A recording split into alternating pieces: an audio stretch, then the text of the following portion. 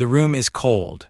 It is an artificial cold, the kind that comes from industrial air conditioning vents hidden in the ceiling tiles. There is a low, constant hum that is easy to ignore until the conversation stops. When the voice is cut out, the hum fills the space. Around the long, rectangular table, 7 people are seated. 6 of them are moving. It is small movement, micro-adjustments, a shift of weight from the left hip to the right, the squeak of leather against synthetic suit fabric. A hand reaches out to touch the base of a water glass, rotates it 3 degrees and pulls back. A throat is cleared not to speak but to test the voice. The 7th person is doing none of this. He is sitting halfway down the left side of the table. His posture is not rigid. It is not the stiff, upright pose of someone trying to appear attentive. It is simply settled. His back rests fully against the chair. His shoulders are low. His hands are folded loosely on the empty space of the table in front of him. They look heavy, as if gravity pulls on them more than it pulls on anyone else's hands. The meeting has been running for 40 minutes. The energy in the room is jagged. The person at the head of the table, the one speaking, is standing up. He is pacing, 3 steps to the screen, 3 steps back to the whiteboard. His voice is pitched slightly too high. He is looking for confirmation.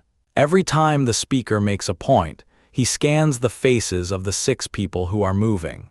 They give him what he needs. They nod. They narrow their eyes in performance of deep thought. They scribble notes on pads of paper that will likely never be read again. This is a social exchange. The speaker offers anxiety. The audience offers validation.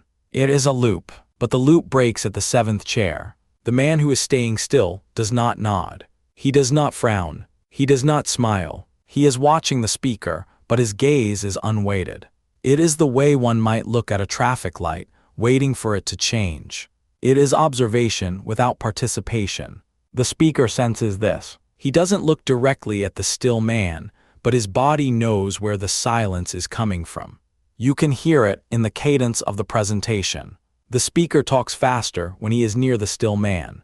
He gestures more broadly. He tries to generate enough energy to force a reaction, to make the still man join the rhythm of the room. It doesn't work. The still man blinks. That is the only change. A phone buzzes against the mahogany surface of the table. It belongs to the woman sitting directly across from the still man. She jumps. It is a tiny flinch, a sudden intake of breath. She reaches out, silences the device, and looks around the table with an apologetic expression. She meets the eyes of the person to her left, then the person to her right. They exchange a quick, sympathetic grimace. "We are all busy," the look says. "We are all under pressure." She looks across the table. The still man has not moved his eyes from the front of the room. He did not flinch at the noise. He does not acknowledge the apology. He denies her the moment of shared social embarrassment. This creates a vacuum. The woman shifts in her seat. She uncaps her pen, then recaps it. The click is sharp in the room. She takes a drink of water, swallowing audibly. She is vibrating with the need to do something that proves she is present, that she is part of the group. The stillness is contagious, but in the wrong way. It does not make others calm. It makes them conscious of their own lack of control. The man at the front of the room stops pacing. He has reached the end of a section. He places his hands on the table and leans forward. This is the part where he asks for questions. Usually, this is a choreographed moment. There is a pause, then someone asks a clarifying question that is easy to answer. The speaker answers it. Everyone feels productive. Today there is silence. The hum of the air conditioner seems to get louder. The 6 moving people are looking down. They are checking their watches. They are reading the same line of text on their handouts over and over.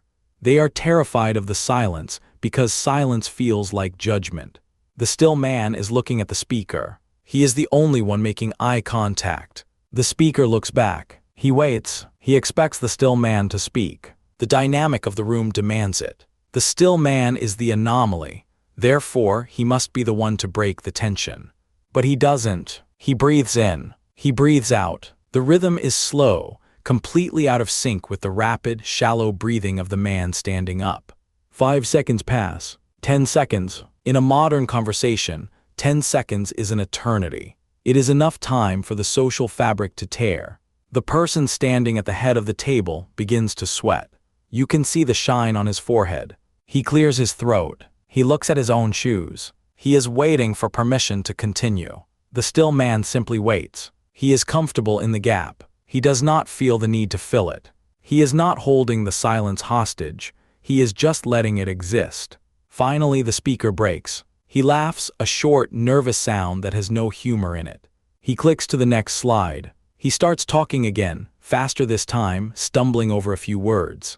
He is retreating. He is moving away from the void. The room exhales. The 6 other people shift again. Chairs creak. Pens scratch. The collective anxiety returns, safe and familiar. Minutes pass. The presentation ends. The lights are brought up. The transition from the meeting to the post-meeting is usually chaotic.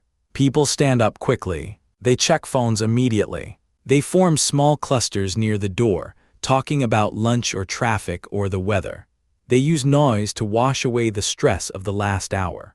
The still man stands up. His movement is efficient. He does not use his arms to push himself up. He simply rises. He buttons his jacket. He does not check his phone. He does not look at the clock. The woman who sat across from him, the one whose phone buzzed, steps into his path. She is holding her notebook against her chest like a shield. She smiles, a wide, bright, automatic smile. She starts to say something. It is likely a filler phrase, something about the length of the meeting or the temperature of the room. He stops. He looks at her. He does not smile back. He waits. The woman's smile falters. She realizes that if she speaks, he will listen to the words, but he will not play the game. He will not pretend that what she is saying is interesting. He will not bail her out if she stumbles. She hesitates. The moment stretches. She steps aside. He walks past her. He moves toward the door. He walks with a steady, even gait. He does not look back at the room. He does not say goodbye. He exits into the hallway. The door clicks shut behind him. Inside the room, the 6 people remain. They are gathering their things. They are talking louder now. They are laughing at things that aren't funny. They are filling the space where he used to be. But for a moment, they all look at the closed door. They look at the empty chair where he sat. The leather is not depressed. The table in front of it is clear. There is no evidence he was ever there, except for the lingering, heavy quiet he left behind.